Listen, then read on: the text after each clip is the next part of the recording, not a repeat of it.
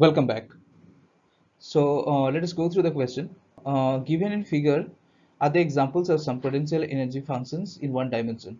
The total energy of the particle is indicated by a cross on the ordinate axis. In each case, specify the regions, if any, in which the particle cannot be found for the given energy. Also indicate the minimum total energy the particle must have in each case. Think of simple physical context for which these potential energy shapes are relevant. So here are a bunch of graphs given. We need to solve it accordingly. So let us go through the solution.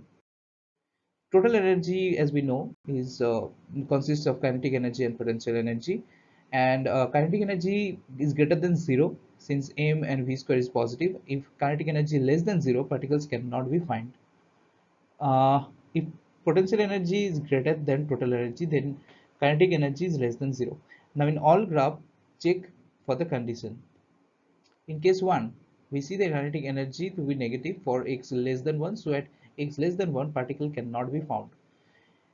In case 2, for x less than a and for x greater than b, kinetic energy is negative, so the particle cannot be found in these regions. In third case, the minimum potential energy is when the value of x is between a and b. At this position, the potential energy is negative.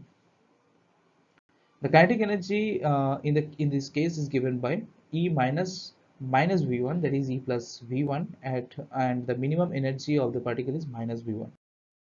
In the fourth case, the particle will not exist in the states which will have potential energy greater than the total energy.